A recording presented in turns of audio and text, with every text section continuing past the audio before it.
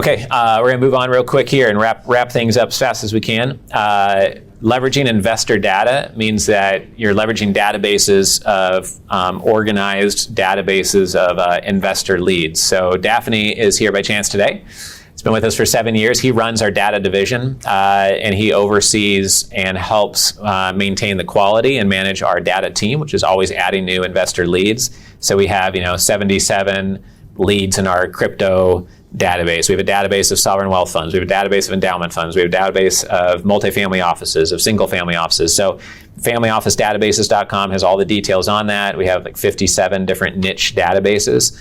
The best way to use these is to genuinely develop relationships, not to blast it out to the most number of people possible, even if your compliance officer says you can, because it's just a random email then. It's not personalized to them. You're not adding value to them first. The best is anytime you buy a plane ticket to go anywhere or drive anywhere, you can see what other investors in that area, and could I have breakfast or have a cup of coffee with someone and develop a real relationship? Or, I saw this person on stage. I wonder if I have their contact details already in my database, or I saw them in a news article. Maybe I can find them in the database I already have and follow up with them that way. Or figure out how do you add value to some really niche specific type of investor, and then try that out on a couple and see if it works, both at live events as well as using databases. So if you have any questions about investor databases, you can talk to Daphne as an expert on the topic. Anything you want to add to that, Daphne? Yeah.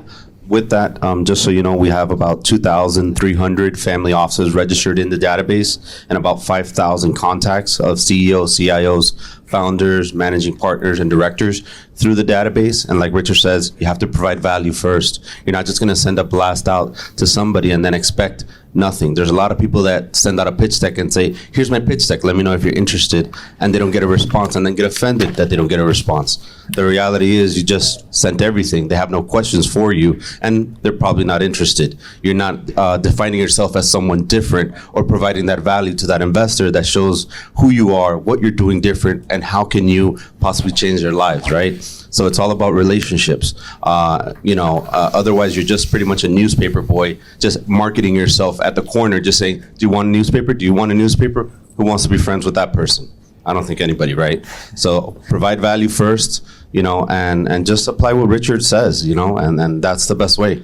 And it's important to know that we have several thousand investors that come to our events, but we don't have every investor on planet Earth coming to our events. And these are all the investors we could find on Google who have their information publicly in there. So just because they're in there, it doesn't mean they know us. It doesn't mean they've been to one of our events. Some of them have, some of them haven't. Some of them know us but haven't come in person. So just know that as well. And then 3 quick things like that. Sometimes someone will say, I reached out to like 70 different investors in your database and I haven't closed a single investor. Like, what's going on? And we tell them, these are horses on planet Earth that drink water. We can't force them to drink your water. You just have to, navigate that and build a relationship like any other horse you'd find in the wild that might want to drink your water. So we don't control them and, can't push their heads down in the water, right? So this is just to help things go faster. We had Meg Epstein come to our conference in New York, not know what a family office was, and then she worked one of these databases for 2 years. She landed an $8 million equity check and a $40 million equity check by following up and just being persistent as a female in a male-led real estate industry. And she saw it through, and she thanks us for that publicly many times in different public articles that you'll see online. She now manages $450 million, and she got her first 2 big equity check breaks from our databases. And she says all about persistence and keeping at it and having a creative investment structure. Importantly, if you see in the interviews we've done with her, she credits the investment structure and the persistence. A $40 million check equals 400 $100,000 checks. So you could spend 400 as much time, minutes selling them, and you'd break even, and you'd have way easier investor relations the next morning, right?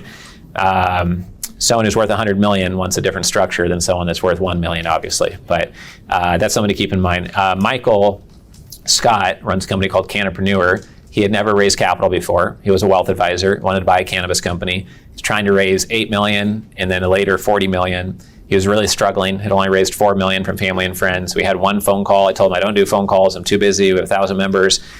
He got me on the phone to do a short phone call, not to encourage everyone now asking for personal feedback, which we do every quarter in the materials. But we had a short call. It was helpful to him. He then raised initial 8 million he needed. Then he went on to raise $40 million. And then 2 years later, he said on stage at our Dallas event last year that he just sold the company for $120 million. And he credited us to the momentum of being able to figure out, like, how do I raise $40 million? I've never raised a dollar before. So that wasn't specific to the databases. I just remembered that case study. I wanted to share that with you guys.